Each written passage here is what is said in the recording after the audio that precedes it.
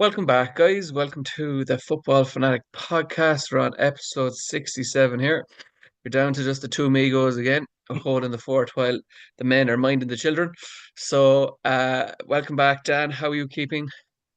I'm good, yeah. I don't believe that it can have to do with children though when it comes to either of them. Really, to be honest, I'm very skeptical about that. One city when I see that glint come out of Deck's eye, the smugness, everything about Deck that that you really just loathe about the man. It all went out the window once City went into the shitter, and since he's missed loads of episodes, it's just had a child. A sudden Arsenal, tight race is over, and he just disappeared. The nice little excuse from Yeah, I'd say he really So views that's my his birth of his thoughts. child as a little excuse to step back. All right, yeah. Yeah, yeah. Um, Where's that telling us that the league, the Arsenal were going to have a massive second half to the season? Where is that man? Where is that man who came on this podcast and said Liverpool were going to have a big blip, and he was confident Arsenal would still win the league? Where is that man? Where is he? that man is besotted by the arrival of his new daughter, I would say. So In I don't know when fairness, you'll see him again, and the in lack of fairness, a very success isn't going to help. positive, yeah, a very positive distraction to have. In fairness, Absolutely, yeah, absolutely. So, I'm well, good though. Anyway, I'm good. I'm good. yeah, you're good. The two lads are unable to face the music. Basically, is what you're saying at the minute. Yeah, I guarantee you if City get the FA Cup final, Deck will be all ears. He'll be all on, and he'd want to podcast during the summer. He wants to talk about the glorious FA Cup win. Anyway, Oh, man. Listen, I've been downing off that glorious, successful I, FA I, Cup win all season. So, and to be honest, I have to hand it to you. For the suffering that you've obtained this season, you've come on here every single week and showed up. So look, I fucking give it to you. a pity clap. That's the way to start a podcast. I'll give it that. Listen, Dan, we go straight into it, and we might as well Yeah. start with United while we're at it. Interesting game at the weekend. What did you make of it? Yeah, I didn't see it in our live. I just kind of caught the highlights, and from what I gathered as well from the highlights that I watched, it maybe was a bit.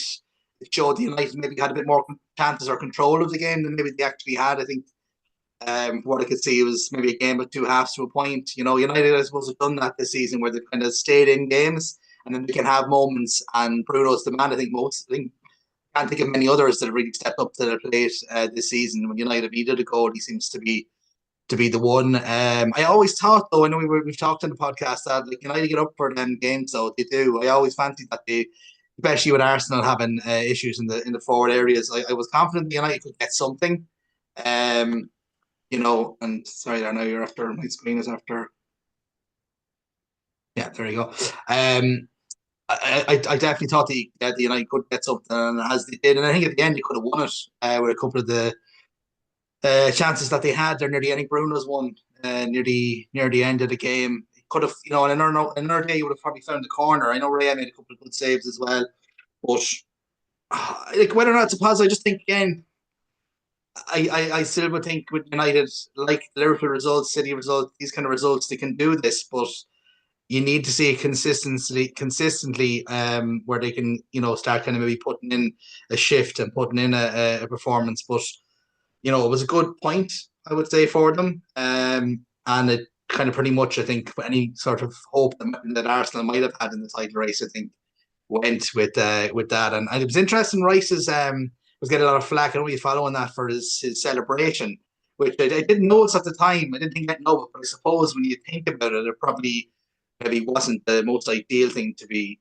doing, considering the suppose predicament Arsenal were in at the time of the game, and also in the title race. But yeah, that's kind of my thoughts on it. And I think Arsenal again, the injuries have injuries and lack of maybe lack of I don't know what you would say zest or something in their play this season. Just I think outside of the injuries, even I think I've mentioned it a few times that they aren't the Arsenal last season. They haven't been the same side that we watched in years in the last couple of years. I don't think this season anyway, and there just isn't that kind of speed in their play.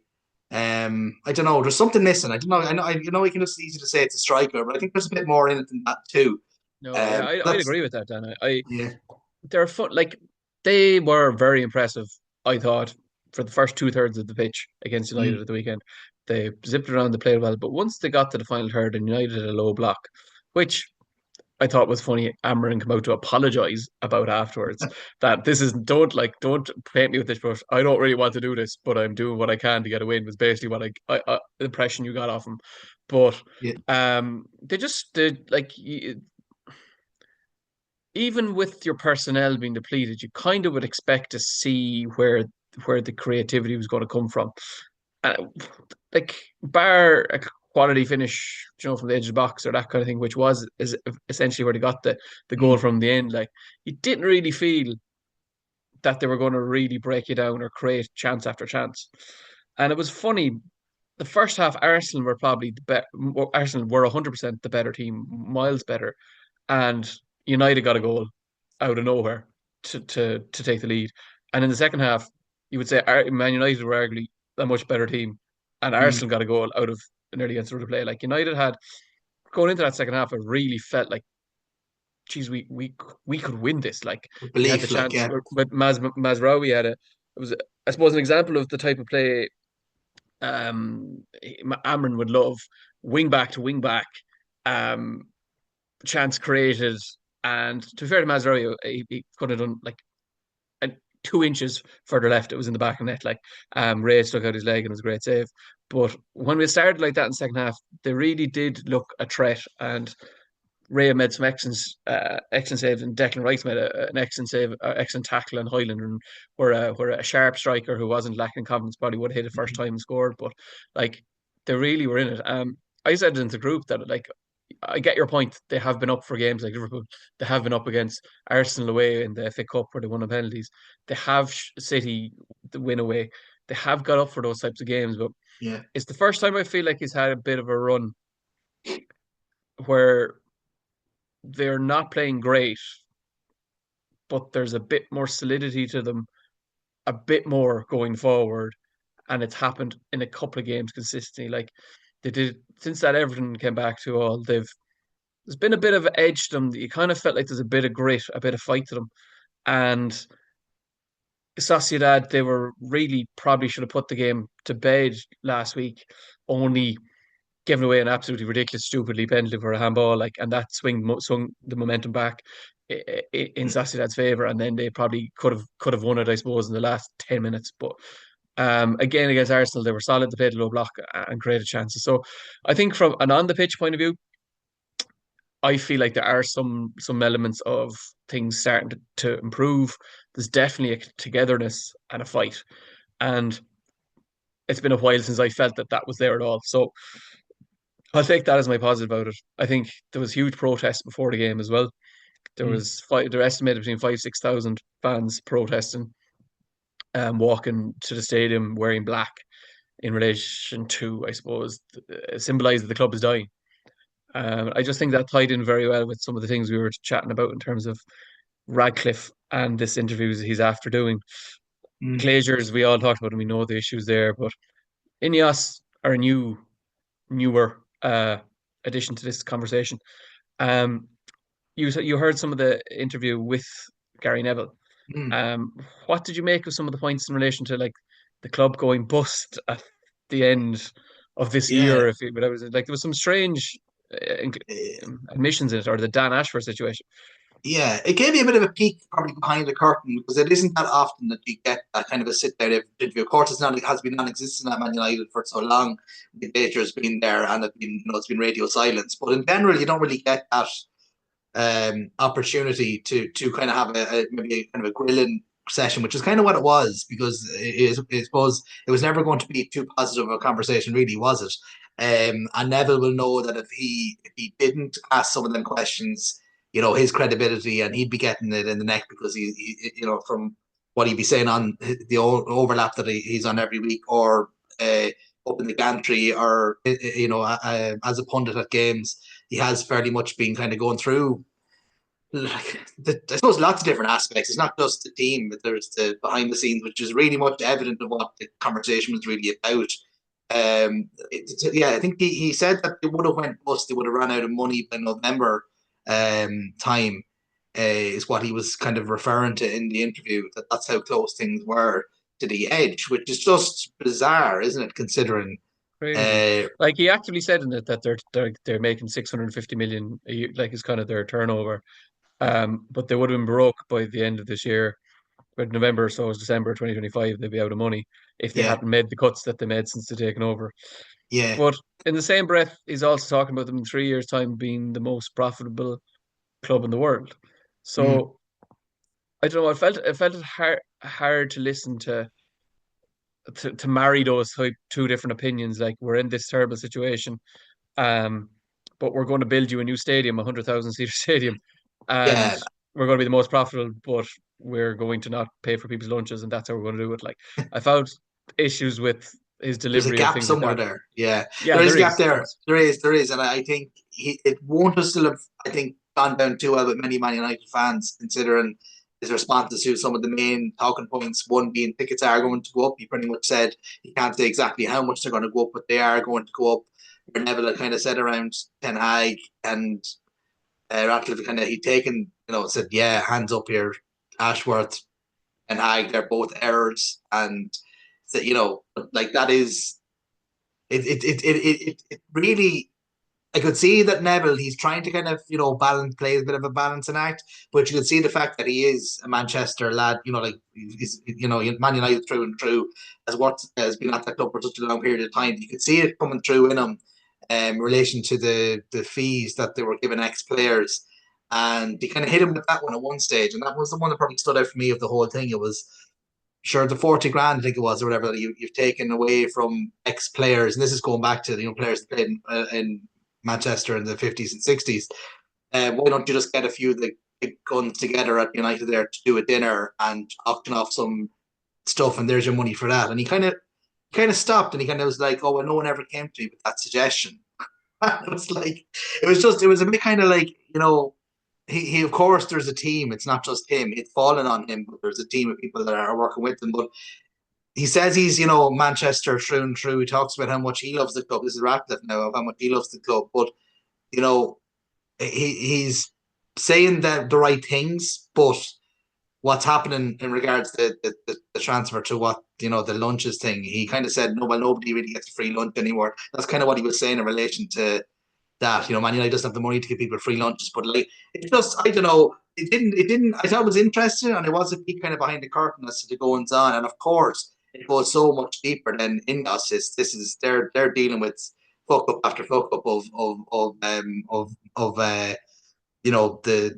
so it's a combination of the Glaziers and the people the Glaziers had in charge. What's Woodward and a few of them other guys that were there before. But it's just I don't think too many Man United fans would say after watching that they'd have any more respect for him or that he's gone up in their estimations given kind of some of his responses.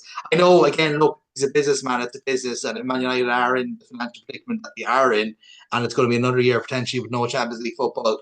They're kind of planning ahead, We're going to for. win the Europa League, Dan. What are you on Well, about? that's why I said potential because the Sociedad one we all thought last week.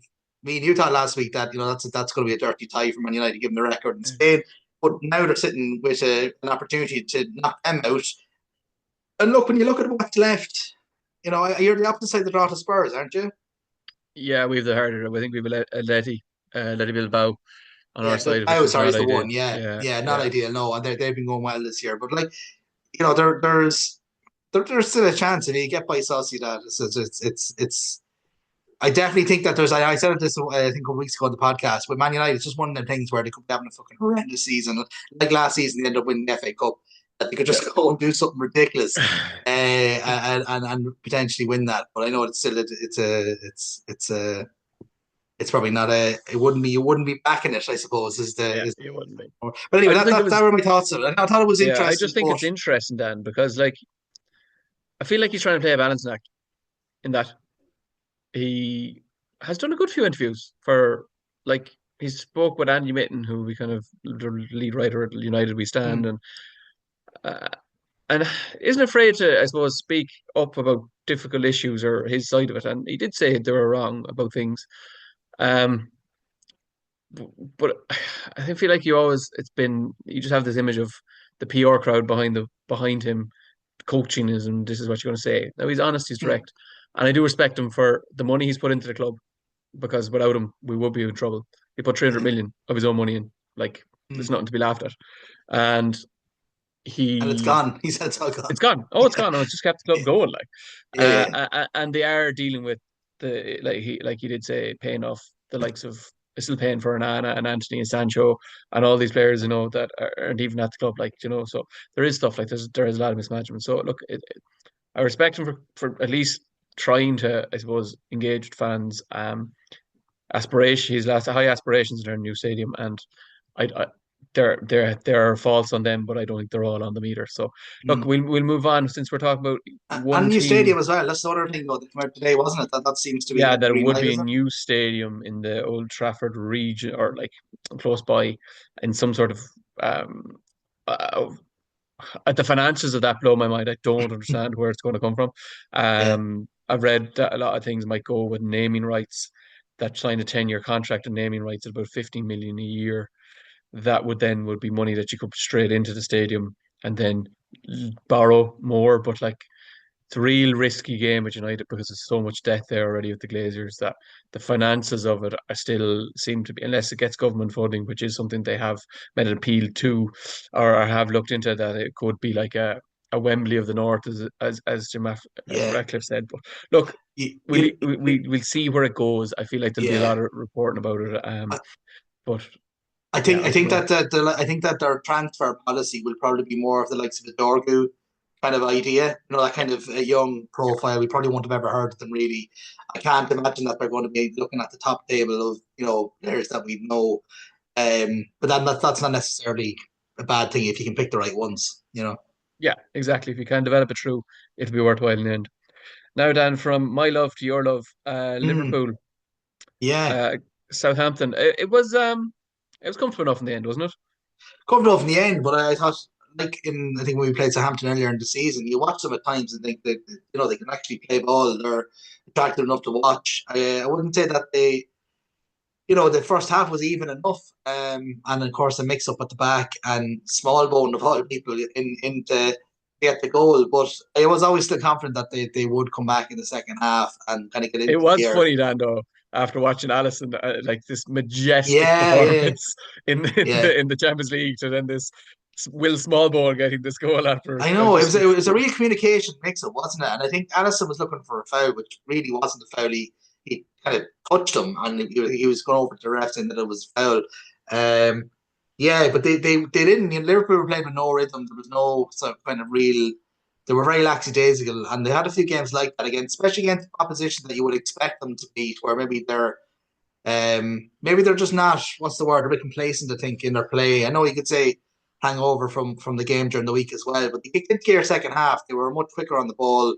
And Nunes, in fairness to him, like he got a goal and it was an assist. So with all the kind of, I suppose, negatives around him that as well, you have to give him a bit of credit there as well for his performance in the game, even though he was it, walking a tightrope at times, in particular when he was on yellow. And I think he nailed Ramsdale in particular was one of the ones that stood out to me, where he was on yellow and then went to close down Ramsdale. And I think he kind of like definitely laid into him a bit, I think.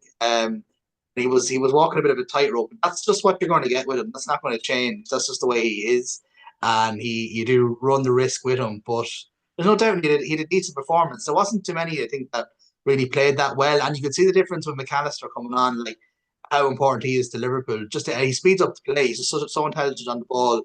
And I think he's a massive player, and I think we do miss him when he doesn't play, because Curtis Jones is, I don't think, is anywhere near the caliber of McAllister in regards, I suppose the game, taking things over from midfield. So, but look, job done, which what everyone would have really expected anyway. And it's looking like, I don't know, was it six? Is it six more wins? Or is it seven more wins? 6 or 7 more wins for? yeah, maybe Yeah, 6 or 7. It depends on yeah. what Arsenal do in the two other Let's games see. they'll play before Yeah, that's before right. Liverpool don't have another game now to that. So yeah, that was it. It looks at Southampton. That's just, I think they'll go down. I think they have a couple of players there that are all right, like whatever like that. But they've Yeah, just I feel been like Joric has done a good enough job since he came in there. He's made them hard to beat. Made them, well, like, harder to beat. Definitely more solid and offered a bit more of a threat at times. Like, they did look okay in the first half. They really did cause some definitely, yeah. problems. Like, yeah. But I feel like that's been the tale of since he took over.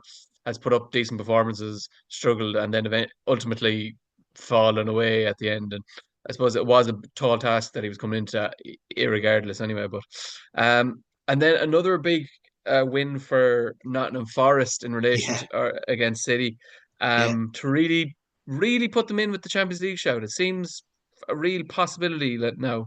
I always kind of had them as a team that might fall off, like that they were doing well, but the expectation was they'd fall off. But I don't know, that kind of gives me a bit of faith that it might happen yeah. for Forest. I always suppose I know I was always one of the ones that said I think they would get it from when we would have talked about this even not that long after Christmas, just for the fact that they're so defensively sound.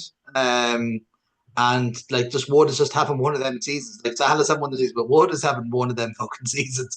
Yeah, Where in comparison, where what his numbers would be on a year-to-year basis. And they do. They have a system that they play. They know what they're about. Really good on the counter, explosive on the counter attack. And Gibbs White, I think as well. You can see that most good things that Forest do now, and I would have been a bit skeptical of him actually in the past with his the fee attached to him, but also just didn't think he was that good. But on occasions this season, like even his ball there for the goal. Hudson Odoi, wasn't it? Yeah, but he's doing that all season. It's just like Yeah, he's spraying balls, setting up chances, scoring goals himself, and he's kind of the linchpin for them. I think in most of their good attacking plays, and then at the back they've a few beasts at the back, like and their goalie as well. Like they're definitely, especially when you just look around at what's going on. Chelsea completely fell off the wagon altogether, considering where we thought they would be, and they have to have a decent chance of it when you look at the table and look at the other clubs around them. I know fair enough they've come through. I think they have a couple more tough enough games, but I think their end to the season for Forest and City, I think both of them aren't too bad. Their run-ins, I think, if I remember yeah. Like correctly. if like Arsenal, they're only 4 points behind Arsenal in second. Like, Yeah, if Arsenal were to lose against Chelsea in the next game, I know that'll jump Chelsea up, and Forest were to win one more. Like it's very very tight up there. A lot. I kind of had Arsenal nailed on for that second position, but it's not as straightforward as I thought. Like if Chelsea were to beat the Arsenal the next day, it really would open it up for those last couple of positions. But it's a bad loss for City considering where they are, like in terms of Champions League. Do you think they have enough? Like they're level on points with Newcastle after Newcastle's win yesterday. and just look, Both on yeah, 47 points. So it kind of like Brighton are really hitting form, 6 wins in a row, including the cup, and they're on 46. Like Villa on 45, and Villa have an extra game played. But it's really, really tight there for the Champions League, and it is looking like fifth will be a Champions mm, League spot. Uh, yeah. do you think City are they safe? Or would you have faith? Not maybe safe, but do you I, have faith in them, Dan, that they can get Champions League the way they've been performing? I don't think they're safe. No, definitely not. And I never have thought that they were really safe. Even the kind of the what was it, the next coming of Omar and Abdi Kuch, and we were having the cracker and the new signings, but they've shown where they've got a couple of decent results. Since the signings, they've never shown that they were the City that we would have known from seasons gone by. And there's no doubt that they are frailties. Like again, Ederson for that goal. And just they've had too many individual errors in games to trust them. That's pretty much the easy way of putting it. They've got themselves in the foot on several occasions. I just think that the games that they have, I know they do have an easier running than some of the others, but I would have been looking at that earlier in the season in regards to title race as opposed to Yeah. Champions League. But I do think that when you look at the table, and they are actually out, when you think of some of the other clubs around them, the likes of Bournemouth are in the FA Cup, I know, and there's a few others, Forest, a few of them. So there's a couple that are left in the FA Cup which could play a factor, maybe as well. But I definitely don't think that they're safe. And it would be gas crack if they were to drop out. And look, you don't know with this pending results of the hearing, and if they got stuck to the few points, they could be out of it anyway. Could be out of Depending the on how league, that goes. apparently. Well, yeah, you don't know, but I definitely It don't might think they're keep. safe. I'm hoping that's my best hope for keeping Ipswich in the league at the minute. To be honest, is that Yeah. City are the third team relegated, and Oh, Ipswich I stay never up. thought that. Oh, that's interesting one, isn't it? Yeah, Yeah, yeah. yeah, But I think that when you look at like Brighton again results at the weekend, like there's a couple of teams that are just they're lobbing along. not dropping too many points, and even Newcastle's result there last night as well. They're definitely not safe. Nor are No, it's Chelsea, going to to be be honest it's with you. going I to be a don't think scrap. either. I What do do you think feel of the like game? Newcastle's hinges on how the Carabao Cup final goes. I feel I like think, if they yeah. lose the Carabao Cup final, they could. I wouldn't be surprised if they spiral for a game or two, like, and that Mm. could really, really affect them. Chelsea Brighton aren't just safe seem to either, be. Mass. Sorry, Just I know we're talking about. I know kind of we're of talking Chelsea, yeah, Champions League as a, but like when you look at the second half of the season and how they've been, like they scraped over the line against Leicester at the weekend, but like they're not ones either that you would say are yeah. safe. And considering where they were earlier in the season, if they were to miss out in Champions League altogether, it'd be some shambles for them. Yeah, like, and there's a lot of unrest in relation to Maresca and our Mm, Champions League, our Championship standard manager, and all this kind of stuff. So look, yeah, Chelsea in a funny spot. Like Palmer's really gone off the boil. really gone The up. Yeah. uh, the back four is still with liability. The goalkeeper, No there's nothing striker, settled there. Fofana's back, really, missing really. Jackson, Mm, and I suppose not maybe Jackson's finishing because it's a bit inconsistent, but his work ethic and the runs he makes for the team are. In Nkunku's not the same type of player, no. and that's definitely an effect from. But for all the quality there, there's still not a cohesion or a togetherness that you need to be challenging for the top levels of the table. I don't think. Mm, But look, they got their win. yep. Leicester look pretty set. Leicester look Yeah. like they're going down. And Van Nistelrooy's record it's been awful, really. Like Yeah. He he's won't got be seven there too points much out. longer, really. Yeah. I don't like. It's a hard one to read. Like there's not a lot of murmurs of him being Sorry, I mean past the summer. As in when they get relegated, he past the won't be summer. staying on there. I don't think. I can't Yeah, see I him. don't know. I don't know. I'd be interested to see if he went down with him, see if he could Mm, like mold them, bring them back up. But it's a real like there seems to be no hope for a team that we're kind of optimistic about and they got some results there. Vardy can't mm, bag a goal at all.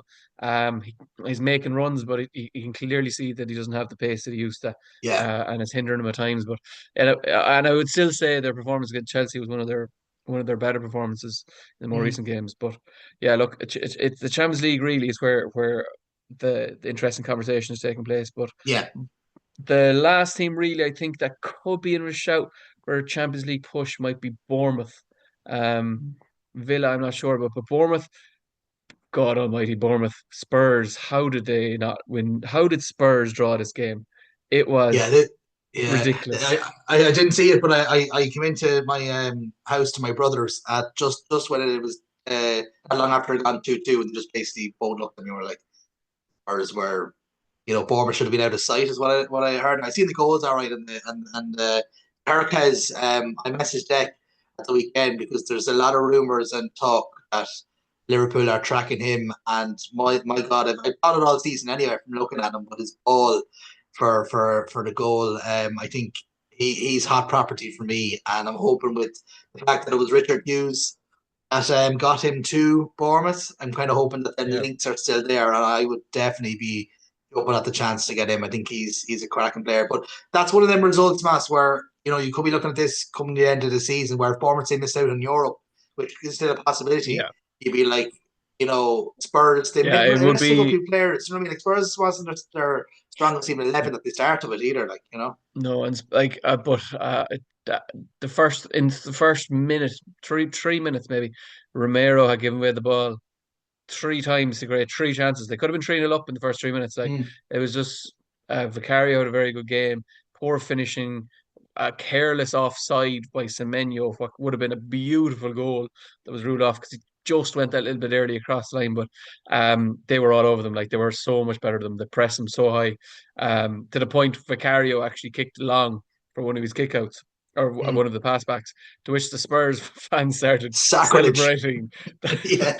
that they had realized the press was so aggressive that you needed to kick along because Vicario, his numbers are so low for kicking long compared to any other goalkeeper in Europe. Um, that when your home Yeah. fans are cheering you kicking along, things are bad. Like, but like looking at it, Spurs they've lost the first leg of the Europa League away. They're coming back to Apparently they were Tottenham. They're under terrible as pressure. well. They Apparently they were were terrible. absolutely atrocious against AZ Alkmaar, and they're 1-0 down. And it's really Ange's last shot. Um, if they were to get knocked out this week, I don't think they will. I feel like they will turn around. But if they were to, Mm. do you think it's a knee-jerk decision, get rid of Ange straight away, or will they wait till the end of the season? But regardless, I would imagine he will be gone if things continue the way they Yeah, are. well, it'll be interesting. Yeah, I think there's a chance he'll be gone. I don't think it'll happen before the end of the season. But given his comments, that definitely hasn't helped him with around always win a trophy. That doesn't happen. I don't know. Yeah, it's a strange one. Like yeah, it's a good question. I think that they potentially would get rid of him. I think when you look at the season, how much credit has he in the bank, and then just trying to think now on top of my head, how much credit is he in the bank, and also then how much of the injuries is that enough of an excuse to kind of give him another window? He had got a lot of Yeah, young players there. Some of them have come through and look decent. And then other guys that couldn't get a game under him. Like I thought Jermaine Spence, who was surplus to requirements this season when he's played for them, I thought he's been very good as well. Like they have some decent players, but yeah, I think he definitely head will be on the chopping block if they don't they don't at least get to the final even. I know if you get beaten in the final, and still you would say it's the Spursy mentality, but if you get knocked out by Eze Alkmaar, I think you're in trouble as well. yeah. After that sort of season, it seemed like that's the natural where it's going to go for Spurs. Mm. Um, Look, Dan, we leave the weekend behind. There's a few other results. Newcastle had a good win, 1-0. Mm. What else did we have? We had I thought Villas was a good result. I know you're saying you're not. We don't think maybe it's for Villa against Champions League, Brentford. but Yeah, yeah. yeah, I thought that was a good result. Brentford have been solid at home for most of the season, and Villa have been a bit in and out, but they had their Champions League win during the week, which is a big one, and they went back it up at the weekend. You can just see the importance of them keeping Watkins. Can you imagine what shambles they would have been in if they had a sold him to Arsenal in January? Like he's massively important for them. But I don't know. I think with Emre, you know, I know the Champions League thing there, but I've still been in the Champions League. But I think they'd have a better chance than Bournemouth or a few of the others. I think they might do, just Yeah. based on Well, with the quality experience. of players they brought in, like Asensio Yeah, and Rashford are doing well. It's funny, Malin was brought in, but it seems to, I don't know what he's done. Seems to getting very little minutes, whatever the situation is there. and he looked Um, decent when he played. Like he looks like yeah, he started off. He got the first couple of games after he signed, he played away, but he's basically got yeah. nothing since. But yeah, look, they probably have the Hmm. most quality I suppose experience of winning, I suppose, in the likes of Asensio and that brought in.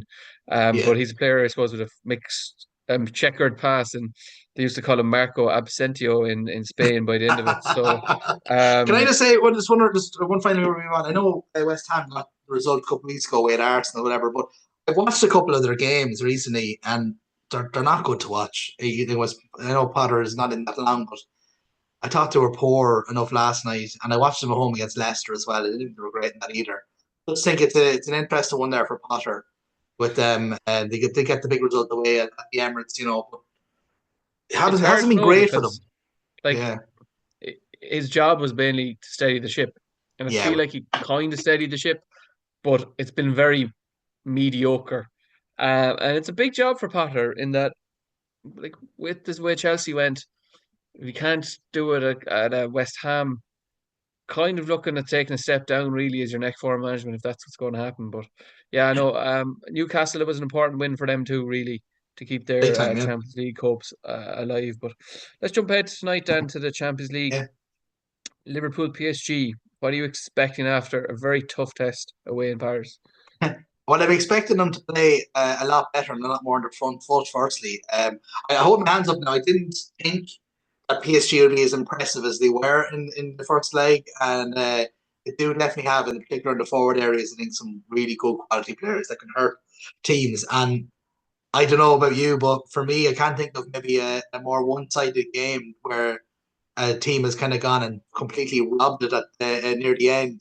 That was the one for What me. It was comes to mind, Dan, is the left. Champions League final in 1999 when United got battered by Bayern Munich and Yeah, stole it. yeah, yeah. But there was a bit of theft definitely involved in that. But what annoyed me was I thought Liverpool showed PSG a bit too much respect. They really set off them and played very much like you're talking of the potential champions. Well, probably more than potential champions at this stage, you would think. But of the Premier League going away to France, PSG, and kind of sitting and trying to hit on the counter really is what they ended up doing for the majority of the game. They were sitting quite deep, but they defended well. Don't get me wrong, and the goalkeeper of course as well. Alisson had an unbelievable game, but I didn't like that. I just didn't like the fact that they should be able to go and stamp their authority in any game.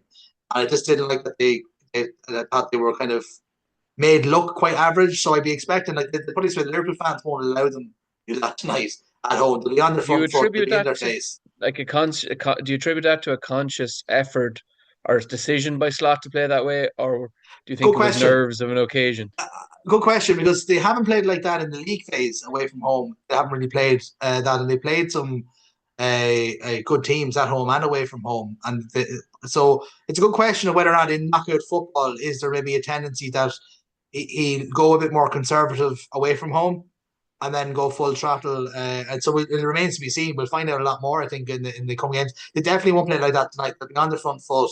PSG, it's very interesting. They've come out with a lot of comments. Are you following that? No. Even after the game, they said before the game that they'd win, which in fairness they were probably should have. But a lot of their players were coming out making comments around that. I think even Luis Enrique said that he still fancied that they'd win to go through, and even in the build up to the game tonight, a few more kind of snippets of players coming out saying that they reckon they're still going to go through. So it'll be They're interesting to see manifesting and whether they can fulfill that. Yeah, maybe they are, but it definitely look they're forward players. I thought Dembele. I watched him a lot over the last couple of years. I don't know about you, and I always thought he's been a kind of one to flatter to deceive. He's a name, but I've watched him yeah. so many times where in games both for France and for PSG, where I'm like, he can't fucking do anything right. But he was exceptionally good. He was probably their one of their best players on the night. He's And the sort of player though, when he's on fire, and if he's not on fire, he's he's atrocious. Yeah. yeah. So I do expect him to go through, especially with that little cushion. And I think if Liverpool score first tonight, I think the tie would be over. PSG really Yeah. need to score first, I think. But Liverpool won't play like that tonight. They'll show, I think, a lot more quality than they showed in the first game. And it kind of annoyed me, though, because I just think that they are better than that. And I don't know if I think that's a dangerous game to play. The Slot played, if that was the case, to kind of beat that kind of, because it could have been at least three down at halftime. Yeah. What do you think? At least three? Definitely, yeah. Yeah. It was a crazy game. I couldn't believe how, like I said to you in the game last week that I thought like PSG Yeah. were a different PSG, but Mm. I didn't expect them to be that impressive. But like I honestly don't know how we got away out of there with a win. Like it was 100%. a great achievement to get away with it. A snatched and grab, like Yeah. So but what's their interesting with front them line though, is impressive.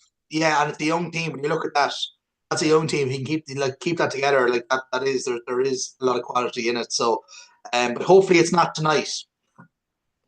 Yeah. If you were to call it, Dan, what would you call it for tonight if you were doing your Super Six? Um, Super Six. I'll tell you now what I have actually. I For think I those of have you who dance find our score, or we have a Super Six competition.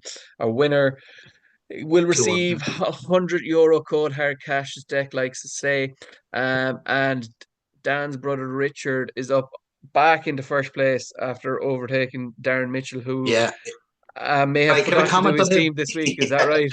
I, Yeah. I I I checked it out because it was a big shock to us all because whatever about forgetting to do it or not getting it done earlier in the season, like that can happen because you're not in the rhythm of it, not in the routine of it. But for it to happen in fucking March when you're like in with a chance of winning it, unless you've died, there is no other reason why your Super Six should not be done. So apparently this man wasn't feeling the best and then had to go farming with the good old weather that we had at the weekend. He had to go farming, and the worst thing that can ever happen to someone who's doing Super Six. At 10 past 3, he remembered that he hadn't done it. Oh, oh, that So, hurts. and he got a fair doing because the majority there was a good few of the people around him. I got 14. The other people there got 11, 14. So, like, that's a set 11, 14, 17 points that people are after taking off him, which is a fair swing. I'm When you looking look at at the this, table. Dan, and it's really turning into you're up to fourth. You're top of the fantasy football. Jesus, the coolers are going to do well out of this podcast out there. But it's tight, isn't it? And it just goes to show you, if you have a couple of good weeks there, you can. There's a few that have flown up the table. The names that I haven't seen there earlier in the season, but to miss out there now, like if he doesn't win it, like he's after Yeah, giving my brother there on the week just gone. He 10 got points. 11 points, He's 10 which is points ahead, yeah, yeah, 10 10 points points ahead. ahead But now. Yeah, it's so not unsurmountable now. I will give him a chance. no, But Ian there's loads McCartney of and, games yourself, left. and Daniel Coulter there, you're coming along well. So, Daniel, tonight, what's the Two score going one. to Yeah, be? I went 2-1. I think Liverpool will score Two. first. I think PSG Okay. will get one. Will get one back, and it'll be a bit nervy, and then Liverpool later on will get a second one. As PSG go for try and get back in the game on the bit counter again. Yeah. One game that really surprised me last week was Bayern Munich 3-0 win against Leverkusen. Mm. They were Mm. very disappointing, and being 3-0 down, the tie kind of feels like it's done. And Wirtz is out injured for Leverkusen, which is a huge blow. So I think, what are you going to go here, Dan? Are you going to go Leverkusen to get some redemption, try and just maybe improve some consolation, improve on the a very Yeah, like disappointing they're result. no, it was a very disappointing result, but they're a solid enough side, so you can't imagine that Lightning would strike twice, that they'd be that bad again. Yeah, So I've kind of gone again. I have a feeling. This is my feeling: is that Leverkusen will go 2 up. Munich might be a bit complacent, but Munich will at some stage. Kane will probably get one, and that will kind of just finish things. So I've gone 2-1 Leverkusen. But 2-1 I'm with you there. Leverkusen. I thought I'm very surprised. I think you mentioned that you thought Leverkusen would go through, and I given company in Europe this season with Munich. I had a feeling that Leverkusen could knock them out too, but it's going to be a big performance needed from here. And Kane is whacking at the With the moment. final being in Munich, there's a serious kind of push and pressure being Mm, applied to them that it's going to be, they could have their home Champions League a final true. Yeah. at home. So like they really, it'd mean an awful lot to them. So they're going to push hard for it. The other game then, which kind of, for our Super Six, we have our Inter against Feyenoord. Um, it feels like the sky is pretty done after the first Yeah. round, to be honest. But um, I was going 2-1 Inter for it. But what do you think, Dan? Yeah, I've gone 2-0. I just think Inter solid Italian side. And again, they have a couple of players. I think he's been Arturo Martinez is a fairly seasoned veteran there nearly at this stage. It always just feels like he season on season at Inter. He chips in and does well for them. But yeah, I gone 2-0, and I think that they definitely have a chance of winning this. I don't think they're just there to I think that they No, could win it. no. Yeah. Barcelona are through comfortably enough tonight. They won 3-1 in the end. But Mm, yeah, they're on that side of the draw, so that will be make for an interesting. The Spanish side of things are hoping for a Clasico final with yeah. Barcelona and Real Madrid on the other side. But Inter will have a good say in whatever happens after that point. And the other side, after a absolutely shocking result, if in a positive sense, but 7-1 to Arsenal against Madness. PSV in the last eight of the Champions League, it just blows my mind. Like that's 16. Yeah. Um, but look, it's Arsenal at home tonight. We're back to struggling in front of goal again. I'd expect this one to be kind of maybe 1-0 Arsenal, 2-1 PS 2-1 Arsenal, something along those lines. Yeah, it'd be interesting what But team he puts out as well with the game at the weekend and whether or not he'd even bother, yeah, because that and tie is over. they need that win against Chelsea to kind of reinforce Yeah, what they're doing. So it'll be interesting where he goes with kind of protects a few players, the likes of Odegaard and etc. Villa had an excellent first last week, 3-1. They couldn't hope for better, considering they weren't really that impressive and didn't look like they had three goals in them. So this is again, you kind of fancy them to a comfortable enough win. Club Brugge yeah, have caused hassle, and anyone who's played them struggle with them. But I yeah. can't see them coming back from a 3-1 down. So No, I don't think so. Yeah, Gone with Villa to win this one, but a simple 1-0. Nothing too extravagant there. I left the best for last, Dan, for you. Atletico Madrid and Real are finely balanced. some cracking goals in that first leg. Oh, Mother of God, wasn't there? the three Yeah, goals in particular, I loved it. It's unbelievable. But yeah. I've gone 1-1. Madrid to go Yeah, through. I think Madrid to go through, but Yeah, I've got 1-1. Yeah, I think it'll be an interesting encounter like the first leg, and Atletico are definitely no pushovers. But yeah, I've gone 1-1. 1-1. Yeah, it's a tough one to call. I'm kind of hoping it's 2-1 Atletico, extra time, the whole lot. Yeah, Especially Atletico being home, it'll be the atmosphere is going to be absolutely electric. Vicious, I would say. just Um, I just and Madrid always seem to have done like how many times in recent years they've definitely won a couple of Champions League finals, didn't they, as well? Like, they just always seem to have their number, don't they? when it Yeah, comes to the games that really matter, yeah. like Atletico have got them the odd they've beaten them in the league and stuff. But when it comes to the real like finals of Copa del Rey or Champions League or any of those type of things, they've had their number in each of them. And the quality in that Madrid team, it's very hard to see them. But it'd be great for the competition, I think, if Atletico were to go through and get rid of Real. But I went to one Real again, but I really hope that Atletico pull a surprise out of the bag here. Um, Jeez, that'll be some and filth, wouldn't it? Arsenal, Atletico, two fucking merchants imagine of the dark arts. A PSG win and knocking Liverpool out and Madrid. It'd be wide open from that point of view on. But I don't think that's the way it's going to go. Dan, we finished up then with our fantasy football. Yeah, How's all going? You're still top of the pile. top of the pile. But it was a strange week. There wasn't too many big, I suppose, big performances from the kind of at this stage. A lot of people have the same sort of players. So outside of Salah getting a couple of goals and being captain, a lot of the other players, like your Mabueno, Palmer, Wood, a lot of them it didn't get any points of note. So yeah, it was a kind of a strange week because there was a few injuries from the FA Cup. So a few players that were in a lot of people's teams like Kuna.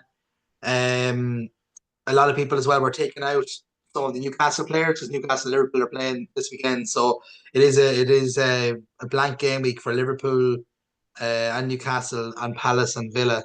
They don't have a game at all this weekend. So um, yeah, so there wasn't too much to anything too wild or exciting to report there. I'm still top, but as I said, there's a what got of 17 points between the top four.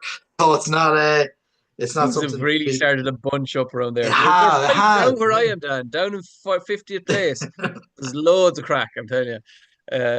No, Can you we catch have a Howard? Like, can you? What do you think? Any chance? I thought it was on the 50 upward points. curve, but it was How, 80, so it's getting there. Howard has dropped big time. Let me have a look here. Let me see. What did he do for the weekend? The man is Captain set. distracted. The man is distracted. He's busy minding his Oh, baby.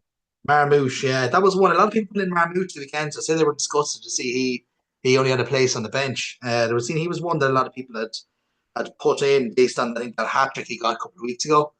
But yeah, look, it's very tight there. As I said it'll all pan out now. You're kind of hoping international break that you don't get too many yellow or red symbols next to your players. And there's a wild card a lot of people have left to play as well. So it'll be a very interesting end to the season. It always seems to be the case with the chips like your bench boosts and free hits and all that. So it'll be interesting to see. And as you said, there, Moss, there's lads there I think that are not too far off it that could be in with a shout as well. I wouldn't just say it's the top four. I would say if you're within 50, 60 points of it now, you'd still be with a chance. Yeah, Padraig Clark there is still hanging in top three. Alex Coulter's making a serious old push to try and retain his title from winning last year. He's a horrible man. He literally he will. I was having it out with him there over the weekend because he used as assistant manager and he had this excuse. Oh, I had three Liverpool players that couldn't put slot in, but he put in Moyes and he put in Emery, who were both playing against Liverpool. So this is what this man is like. It's what he's about. And he got them few little extra points for putting in Moyes and for Emery. So if it comes down to it, he will back against this club to retain his title. That's the sort of man you're dealing with. And that's what it takes. That ruthlessness is That's what it it. takes The to be a winner. ruthlessness. So This is Dan, it. you want to This is remember it. that. Yeah, but he's Yeah, come no. back into it because he was really depressed. He wouldn't even talk about fantasy football for I'd say about the first 10 or 12 weeks. He was sitting there fucking doing nothing, and I think at one stage he had Nunes in his team. That's how bad his team was, and suddenly he parked himself up there and got his shit together. So yeah, Yeah, it's been a serious charge up stable from and our poet there, John B. O'Riordan, still mm. sitting incompetitively in third place. But for those of you taking part, don't forget that it's a prize of football jersey of your choice or team I of said choice. Champions League football. Champions League football. I was like, I'm just still wishing about what I want United to get. Do you remember Um, last year? Beck was offering 2 tickets like to games in Super Six. It's such a pity. I'm awful good that nobody won that last year because it would have been brilliant. It's, yeah, Deck was picking up a second job to fund the prizes for yeah, the podcast. yeah. But Um, yeah. So Jersey to the winner. Jersey's the winner, so could be one going back to the Coulter household again. We'll see. Could be. But there's a couple other players looking for making a play for it now near the end. Dan, that's all from us this week. Anything else you want to add before we wrap it up? No, just do you think that you'll get through? What would your feeling be on Europa? Do you think you'll Europa you League. I'm afraid to talk about it, Dan, because I'm afraid I'm going to jinx it. But uh, if we put in a decent performance, my biggest fear is Zubamendi would be back for Sociedad, Real Sociedad, which is a lot of class being added to their midfield. Us and Old Trafford this year has been a bad mixture. Really, we haven't done well yeah. at home. So really hoping that we can kind of keep a bit of momentum going, the good atmosphere from the Arsenal game, and even just drag. I don't care what we do as long as we get over the line, whether it's to win on penalties, whether it's a last minute goal. I don't care what it takes, but we just need to win. Okay, there's millions on the line. Um, for everything, like would leave us in such a bad situation for Amrin to have anything to build with in the summer without selling 100 million worth of players. Mm. Um, which is realistically, if they don't get it, which is probably realistically more likely than not, you're going to have to sell probably Garnacho and Kobe Manu, and then that's before you do anything to try and make additions to suit Amron's system. So look, it'll be detrimental to us. So Mm. yeah, I'll be crossing every finger toe. There'll be rain dances. There will be We, crucifixes. There will we, be everything. Any sort of god that I can pray to make sure we win this game. It'll be prayed to. we'll see how much you've improved, Mass. That's what we'll do. We'll see how much the improvement I, is. I, I don't care about improvement whatsoever. I don't care about a system. I just care about a result. That's all it is. Yeah, I wouldn't rule them out winning it. Honestly, I have this feeling that it's that bonkers and that bizarre of a season and that Man United. It just wouldn't that they managed to win the Europa League and be in the Champions League next year after all the madness. Anyway. Well, I hope that we'll be able to follow through on that prediction, man. Listen, thanks for lining in, guys, and we hope to see you next week for the next episode of the Football Fnap podcast. Oh, do you know what? Just before we go, you have your prediction for the Carabao Cup final. We didn't actually really give a prediction. Oh, I forgot about the Carabao. Yeah, It's the worth nothing cup. No one yeah, wants it. yeah. It means something when Um, you're in the final. Liverpool to win. Yeah, Newcastle to huff and puff and mess up like they usually do, and Liverpool to win in the end. What's your take? yeah. I think it'll be tight enough, but I do. I think the couple of players that Newcastle are missing are big players. I can see Joe Linton back though, and he's a big addition to them in midfield. But I do. I think we could have enough experience. Newcastle United, it kind of had a similar feel. You thought Newcastle could go and do it and get over the line a couple of years ago against United. So I think that we'd win it. But I think it'd be tight. I don't think it'd be comfortable. No, Newcastle are a good I side. don't think it'd be tight. I do. I think you'd win, but I would love. It'd be great for Newcastle to win. Yeah, I'd say their fans would celebrate for months. It's not a thing done in that city for a long, long time if they were able to get a cup, yeah. and it'd be great for 66 Eddie Howe, years, and yeah, I it'd think. be great for them in general. But I just can't see it. Can't see it happening. But we'll pick it up next week, Dan. You Anyway, can dissect yeah. it. Hopefully, you'll be miserable after being knocked out of the Champions League and losing the Cup final, and That's it. we'll be through to the next round. A man can dream. All right. Thanks for tuning in, and guys, we'll see you again next Cheers, week. folks.